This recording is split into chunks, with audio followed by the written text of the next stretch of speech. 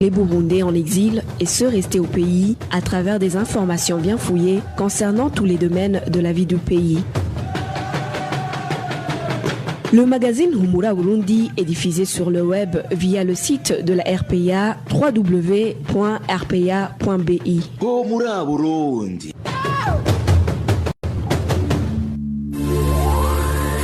À la présentation, Janvier Ninina Hazgue. Bienvenue chers auditeurs au magazine Humura Burundi de ce vendredi 17 avril 2020 et passons immédiatement au titre du magazine. Le ministère de la Santé publique avoue le 6e cas testé positif au Covid-19. Le communiqué du ministère parle d'un cas qui a été en contact avec la personne décédée du virus Corona et de 4 autres qui ne manifestaient plus la présence du virus dans leur corps, souligne le cabinet du ministre. Dans ce magazine, nous parlerons aussi de risques de propagation du Covid-19 dans le milieu scolaire à quelques jours de la rentrée. Enfin, la destruction progressive de la route RN7 Bujumbura-Igena préoccupe les usagers.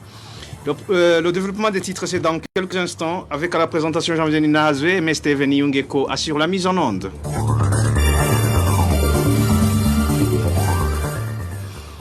Encore une fois, bienvenue. L'exécution sommaire de Pascal Ninganza, ancien membre des forces armées burundaises, ainsi que de deux de ses domestiques, a été planifiée par les hautes instances du pays. Ceci transparaît dans les appels au meurtre d'un haut cadre de l'État, ainsi que dans les tweets du ministère de la Sécurité publique. N'est-ce pas, Josiane Mouzaned?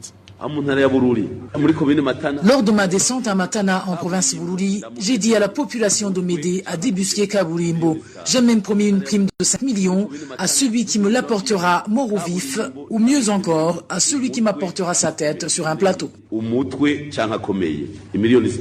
Cet appel au meurtre a été lancé par Révérien Ndikuliyo, président du Sénat burundais. C'était au mois de septembre 2019. Pourtant, aucune autorité du président Nkurunziza au ministre de la Justice, en passant par le ministère de la Sécurité publique et le parti CNDD-FDD dont il est issu, n'a jamais condamné ce discours appelant les gens à commettre un meurtre sur la personne de Pascal Ninganza, surnommé Kaburimbo, qui était en cavale depuis 4 ans. Ici, il s'y a rappelé qu'une chasse à l'homme de tout militaire ex-FAB, retraité ou toujours en fonction, est en cours depuis 2015. Cette persécution ne visait pas uniquement Kaburimbo, car les membres de sa famille étaient également dans le collimateur du pouvoir en place. À titre illustratif, un des fils de Kaburimbo a failli être assassiné par des policiers qui l'ont trouvé au domicile familial. Ils sont sortis de justesse, les policiers envoyés à sa recherche n'ayant pas pu l'identifier. Fou de rage, les agents de la police en question s'en prendront à la femme de Kaburimbo, qu'ils détiendront quelque temps en prison pour avoir refusé de leur révéler l'endroit où se trouvait son mari. Ce 15 avril, la police a fini par mettre la main sur Kaburimbo, 7 mois après l'appel au meurtre lancé par le président du Sénat.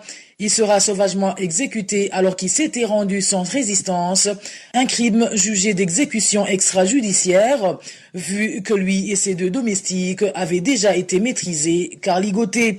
Quelque temps après cette exécution, la police burundaise, à travers son compte Twitter, a confirmé les faits et a fait savoir qu'elle a démantelé une bande de criminels qui semaient le désordre et l'insécurité en commune Matana, des propos réfutés par la population locale. Il n'a jamais eu d'accrochage avec ses voisins ou qui que ce soit. Il s'était converti en agriculteur et éleveur. Il faisait également le commerce de matériaux de construction. Fin de citation. Des interrogations ne manquent pas au sujet de ce triple assassinat. Plus d'un se demande comment la police s'est gardée de mentionner les noms des victimes, comme elle le fait d'habitude en pareilles circonstances. Mais une chose est sûre, les propos de la police sont identiques à ceux prononcés par Révérien Ndikuliyo, à part que ce dernier a mis un prix sur la tête de Kaburimbo, un travail mis en exécution par la police. On ne peut pas tolérer qu'une seule personne perturbe la sécurité de toute une commune. Il faut l'éliminer. Vous saurez que l'exécution de Kaburimbo et de ses 2 domestiques était supervisée par le colonel Tade Birutegusa, commissaire provincial de la police à Makamba, une province dont est originaire le président du Sénat, Révérien Ndikurio, qui a commandité l'assassinat de Kaburimbo. Merci à Josiane Mouzaneza. Cette exécution extrajudiciaire de Pascal Ninganza, connu sous le sobriquet de Kaburimbo, est effectivement un plan préalablement établi et mis en application par le gouvernement burundais, constate maître Gustave Niyonzima. Le juriste ajoute que ce triple meurtre laisse croire à la complicité de la justice, dans la mesure où les commanditaires, dont Révérien Ndikurio, président du Sénat burundais, ne s'inquiète de rien. Suivez Maître Gustave Niyonzima. Ce qui s'est passé au domicile de Pascal Ninganza, connu sous le sobriquet de Kaburimbo, je dirais que c'est un acte de pire mascarade en procédant à des exécutions extrajudiciaires sans qu'il y ait une procédure judiciaire prévue au niveau du code pénal et du code de procédure pénale. Et par après, il y a eu l'enterrement en catimini, même sans le consentement et la présence de la famille des disparus. Ça dépasse l'entendement humain. Alors, si l'on s'en tient à la loi, on voit qu'au Burundi, la loi est en congé. Ce qui est saugrenu, c'est les déclarations de l'année passée du président du Sénat, Révérien Ndikurio, qui avait déclaré le 11 septembre 2019 en commune Malangara de la province Ngozi qu'il avait donné 5 millions de francs burundais pour que Pascal Ninganza, connu sous le sobriquet de Kaburimbo, puisse être tué. C'est un aveu de culpabilité même du président du Sénat. Il a avoué ainsi que la tête de Kaburimbo avait été mise en prix. Alors, les faits sont têtus. Kaburimbo n'est plus. Il a été exécuté sommairement. C'est vraiment incroyable. C'est vraiment inadmissible. C'est un acte prémédité. On voit que c'est un programme du gouvernement du Burundi qui veut en découdre avec tous les opposants. C'est vraiment du désarroi. Tuer quelqu'un sans qu'il y ait un interrogatoire au niveau du ministère public, sans qu'il y ait des enquêtes pour voir si les éléments de culpabilité des chefs d'accusation à l'endroit d'hôtel sont corrects et corroborent bel et bien avec les faits. Et tuer quelqu'un de façon pareille nous montre que c'est de la pire animosité qui est au programme du gouvernement du Burundi. Maître Gustave Niyonzima précise aussi que la justice et la Commission nationale des droits de l'homme, CNDH, avaient le pouvoir d'empêcher que ces crimes soient mis en application. Encore une fois, Maître Gustave Niyonzima. Le ministère public devait se saisir d'office pour la protection de l'ordre public. Le ministère public devait immédiatement procéder aux enquêtes en interrogeant le président du Sénat, en interrogeant le commissaire général de la région sud de la police, pour qu'il y ait la lumière sur ce qui s'est passé, sur la façon dont ils ont tué et exécuté sommairement les 3 personnes mentionnées. Mais rien ne se fait, il n'y a pas eu des enquêtes pour pouvoir interroger les 2 personnalités.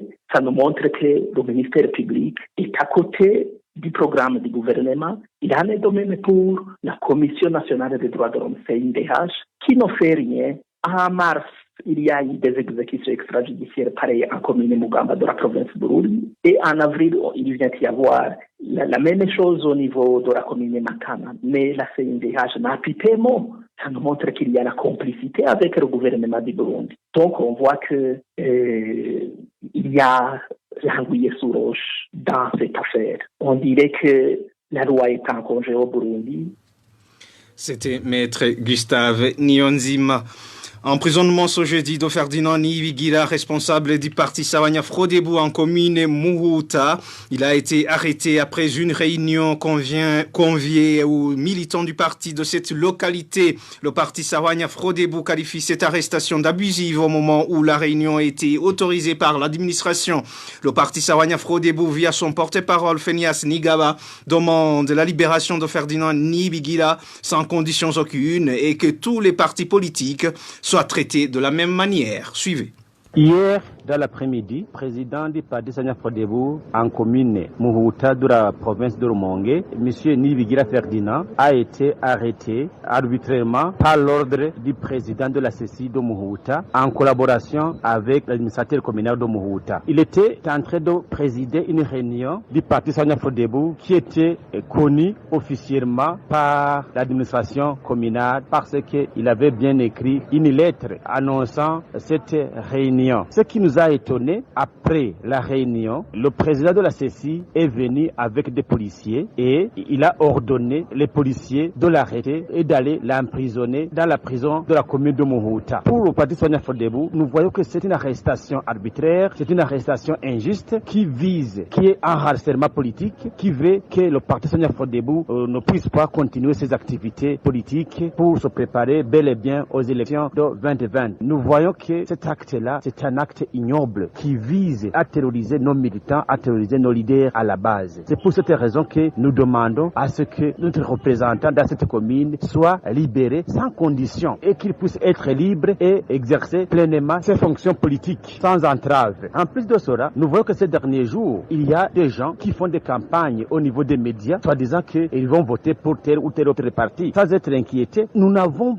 jamais vu, nous n'avons même jamais entendu que la CENI puisse prononcer un discours pour arrêter ces mouvements. Alors, comment arrêter quelqu'un qui est en train de tenir une réunion officielle, une réunion qui est connue officiellement, alors sans toutefois donner même des remarques à ces gens qui font la propagande, qui font de la campagne sur des médias. Nous demandons à ce que ce harcèlement politique s'arrête et que le Sanyafrodebo puisse exercer pleinement ses activités politiques sans aucune entrave. Et nous demandons à la CENI d'être vraiment indépendante sans toutefois être à la merci de l'exécutif. C'était Fenias Nigaba, porte-parole du parti Sanyafrodebo. 4 journalistes du groupe de presse Iwachu totalisent 179 jours d'incarcération à la prison centrale de Bubanza. Ils ont été arrêtés le 22 octobre 2019 au moment où ils s'étaient rendus en commune Musigati pour enquêter sur les combats qui opposaient les forces régulières et les groupes armés. Le tribunal de grande instance de Bubanza les a condamnés d'une peine de 2 ans et 6 mois de prison et d'une amende d'1 million chacun. Accusés au départ de complicité et d'atteinte à la sûreté intérieure de l'État, ils ont vu l'infraction à leur charge modifiée dans le jugement du tribunal de grande instance de Bubanza. Ils ont été condamnés pour tentative impossible de complicité d'atteinte à la sûreté intérieure de l'État. La défense de ces journalistes a interjeté appel vers la fin du mois de février devant la cour d'appel de Nahangwa. Ils attendent jusqu'à présent la fixation d'une audience. Les associations des défenseurs des droits humains nationales et internationales ne cessent de plaider pour la libération de ces journalistes qui, selon elles, ne sont victimes que de leur métier. Une courte pause et puis on continue. Retrouvez les différentes productions de la RPA sur Facebook, YouTube, Twitter et sur www.rpa.bi. Page santé à présent. Le ministère de la Santé et de lutte contre le sida a annoncé ce vendredi un 6e cas testé positif au Covid-19. Le même ministère fait savoir que cette personne a été identifiée parmi 75 qui ont été diagnostiquées. Le ministère indique également que 4 personnes qui avaient été testées positives du Covid-19 ne présentent pour le moment aucun signe de ce virus. Et le personnel soignant de différentes structures sanitaires au Burundi, de même que les patients, s'inquiètent du manque d'équipement pour la protection contre le Covid-19. Ils interpellent ainsi au gouvernement de fournir plus d'efforts afin d'équiper ces structures de soins avant qu'il ne soit trop tard. Les détails avec Onésime Dushimagidzi. Se protéger contre la pandémie de coronavirus est en casse-tête chez les patients et agents de différents hôpitaux des centres de santé au Burundi. Cette mère d'enfant contactée après avoir été à l'un des hôpitaux de la ville de Bujumbura indique qu'elle a été étonnée par la façon dont elles ont été reçues. Ce matin, je me suis rendu à l'hôpital Roi Khaled pour faire vacciner mon enfant. On entend souvent des messages nous interpellant de se protéger contre le coronavirus. J'ai été scandalisé. Rien ne montre qu'il y a du coronavirus dans ce pays parce qu'on ne fait rien pour se protéger. Les infirmiers qui étaient au service n'avaient rien pour se protéger, que ce soit les masques et les gants, rien du tout. On était aussi serrés sur les lignes d'attente. Ils touchaient sur nos enfants comme si de rien n'était. C'est vraiment déplorable. Ce médecin indique que, mis à part le manque des équipements de dépistage du Covid-19, ils n'ont même pas de moyens de protection comme les gants et masques. Et de préciser que le gouvernement ne fait pas d'efforts pour protéger sa population, y compris le personnel soignant. Même quand un malade est porté du Covid-19, il est difficile de le mettre en quarantaine parce qu'on n'a pas des équipements de dépistage. Le ministère de la Santé publique n'a rien fait jusqu'à présent pour équiper les hôpitaux. On n'a pas de gants ni de masques nécessaires pour se protéger. C'est à déplorer. Nous constatons que ce régime ne se soucie point de la vie de ses citoyens. C'est la volonté de Dieu sera faite sur ce pays. Cet infirmier indique lui aussi qu'ils ont peur d'attraper le coronavirus parce que le gouvernement n'a rien fait pour protéger le personnel soignant.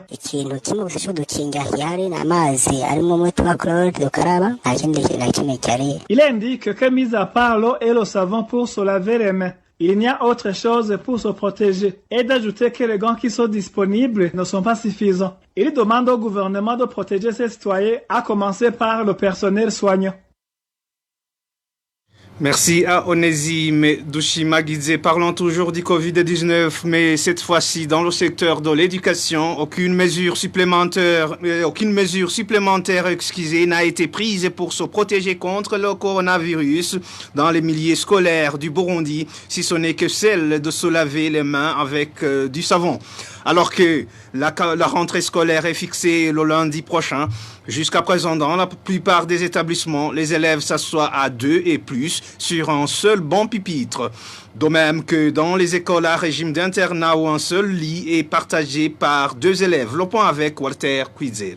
Le 3e trimestre de l'année scolaire 2019-2020 commence lundi de la semaine prochaine. Mais jusqu'à présent, 3 jours avant cette reprise des cours, aucune autre mesure n'a été prise par le ministère de l'Éducation pour éviter la propagation du coronavirus dans toutes les écoles du pays, à part le lavage des mains avec de l'eau propre et du savon. En classe, les élèves s'assoient à 2 ou plus sur un seul banc pupitre. Dans certaines écoles primaires, les écoliers sont même à 4 sur un seul banc. Pour les écoles à régime d'internat, 2 élèves se partagent le lit, les draps et la couverture. D'une part, certains directeurs de ces écoles indiquent qu'ils ne sont pas à mesure de séparer ces enfants par manque de matelas et de lits. D'autre part, même s'ils pouvaient les avoir, l'espace ne les permettrait pas. Sans donc aucune mesure adaptée à la situation du moment ne soit prise, les premiers élèves, les internes, retourneront à l'école ce dimanche. Provenant de plusieurs et différentes localités du pays, si par malheur un aurait le virus, il y a grand risque de contamination et à grande vitesse, que ce soit pour les autres élèves que pour les enseignants, et c'est dans les écoles à régime d'internat que c'est le système d'externat. Merci à Walter Kwizera pour ce reportage. Certains enseignants et parents d'élèves s'accordent à dire que le gouvernement du Burundi semble négliger la question de protéger les enfants du pays contre le Covid-19. Les parents vont d'ailleurs jusqu'à demander le report de la rentrée scolaire pour le 3e trimestre. Le point avec Emmanuel Ndaishimi. Certains enseignants du chef-lieu de la province Muyinga indiquent que rien n'a encore été fait pour se protéger et protéger les élèves du coronavirus. Ils craignent d'attraper cette maladie à la prochaine rentrée scolaire prévue lundi prochain. Nous entendons qu'ici et là, le coronavirus fait des victimes et nos autorités font semblant de ne pas s'en inquiéter. Nous avons beaucoup d'inquiétudes que nos élèves seraient contaminés de cette pandémie. On nous a tout simplement dit de rendre disponible l'eau pour que les élèves puissent se laver les mains plusieurs fois. Mais cette mesure n'est pas aussi respectée partout. Un parent de la ville de Kirundo demande au gouvernement de reporter l'ouverture du 3e trimestre. Nous demandons au gouvernement de prendre des mesures drastiques comme ça a été fait dans d'autres pays pour le bien de tous les Burundais et également de le faire pour que cette pandémie n'emporte pas la vie de nos enfants. Que le le gouvernement cesse de dire qu'il n'y a pas de danger avec cette pandémie du coronavirus. Dans d'autres pays, les écoles ont été fermées, ce qui n'est pas le cas ici chez nous. Les élèves vont se rencontrer provenant des différents milieux et là, ils vont se contaminer entre eux. Janvier Ndirahisha, ministre de l'Éducation, a suspendu jusqu'à nouvel ordre toutes les activités sportives organisées tous les vendredis dans l'après-midi au sein du ministère.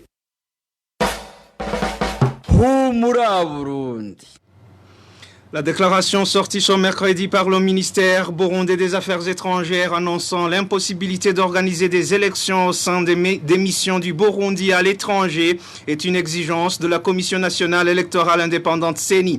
Sur les ondes de la radio nationale ce vendredi, Philippe Nzobonariba, porte-parole de cette commission, indique que la mesure a été prise suite à la pandémie du coronavirus signalée au niveau mondial qui est à l'origine de la fermeture des frontières. En outre, plusieurs pays ont décidé le confinement de leur population. Le porte-parole de la CENI ajoute que la non-participation des Burundais résidant à l'étranger n'aura aucun impact sur les conclusions du scrutin. Suivez plutôt Philippe Nzobonariba, porte-parole de la CENI. Effectivement, la CENI s'est rendu compte qu'en ce moment où la crise mondiale et de la pandémie du coronavirus a frappé tous les États dans le monde, surtout là où nous avons des ambassades, il serait donc impossible de tenir les élections. D'abord, d'une part, pour le moment, la CENI est occupée à déployer le matériel électoral dans les différents bureaux de vote. C'est-à-dire que pour ces pays-là, il n'y a pas moyen d'envoyer le matériel électoral puisque les frontières sont fermées d'abord et puis tous les vols sont annulés. Et en plus, quand bien même il y aurait moyen de les acheminer là, vous savez que les populations sont confinées pour se rendre dans les différents bureaux de vote, sont les ambassades et les consulats. Donc ce n'est plus pas possible, donc il faut bien les informer à temps parce que la préparation d'abord matérielle est perturbée par ces contraintes. Et s'il y a des gens qui ont une appréciation, je dirais erronée, de croire que l'organisation des élections, c'est le jour du scrutin. Les préparatifs commencent bien à temps. Je dis que pour le moment, la CENI est occupée à mettre à la disposition donc des différents bureaux de vote, des centres de vote, le matériel nécessaire. L'envoi, l'expédition de ce matériel dans ces pays devait se faire au moment où nous sommes occupés à le faire au Burundi, dans la même période. Or, du moment que l'expédition du matériel n'est pas possible dans le temps voulu, il serait donc illusoire de croire que même si le coronavirus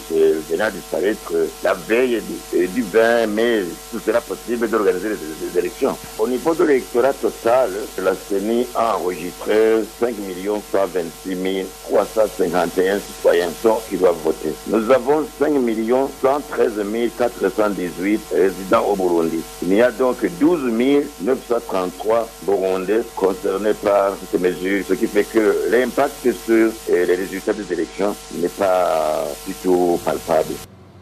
C'était Philippe Nzobonariba, porte-parole de la Commission nationale électorale indépendante CENI. Suspension des activités sportives au sein de la Fédération burundaise de volleyball depuis ce vendredi.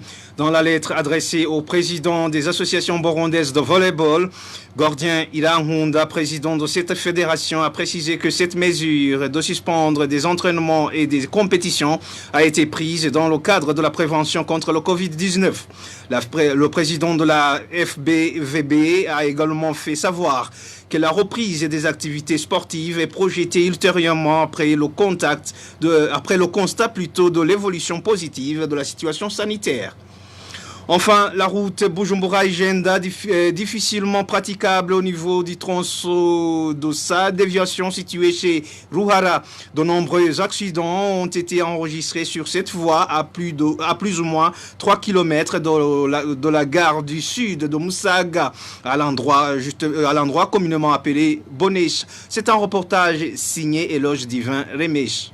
Cet espace est d'environ 3 mètres sur une route non goudronnée. Petit soit-il, cet espace cause d'énormes problèmes aux usagers de cette route. De gros véhicules ne peuvent pas se croiser à cet endroit. Les policiers doivent intervenir pour réglementer le trafic dans cette localité. 2 policiers se tiennent aux extrémités de ce tronçon, l'un au niveau de la station-service de la zone Musaga et l'autre au quartier Kamesa au niveau de la localité appelée Bonesha. Par manque de communication adéquat, les 2 policiers sont obligés de communiquer via leur téléphone pour réglementer ce trafic. Par conséquent, le trafic devient des moins fluide possible que ces policiers ont transformé cette réglementation en gagne-pain sous la forme d'une corruption exigée à chaque véhicule. Chaque véhicule qui passe doit donner de l'argent compte tenu de son tonnage et du moment de passage à cet endroit. Les plus gros véhicules paient entre 5 000 et 10 000, tandis que les petits véhicules paient entre 2 000 et 5 000.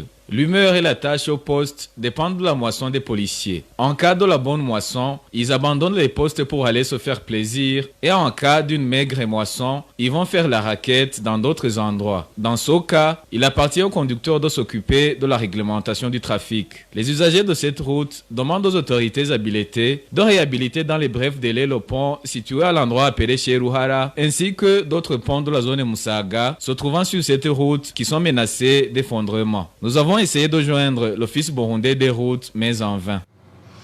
Voilà, amis chers auditeurs et auditrices, c'est sur ce reportage de Éloge Divin Remécha que nous mettons fin à ce magazine Humura Burundi de ce vendredi 17 avril 2020. Merci pour votre aimable écoute, merci à toute l'équipe de la rédaction et merci également à MST Veniungeko pour la bonne collaboration technique. À la présentation, vous étiez avec Janvier Ninahazoué. Passez de bons moments chez vous. C'était le magazine Humura Burundi. Un magazine comprend pour relier les Burundais en exil, et ce toujours au pays, à travers une information de qualité.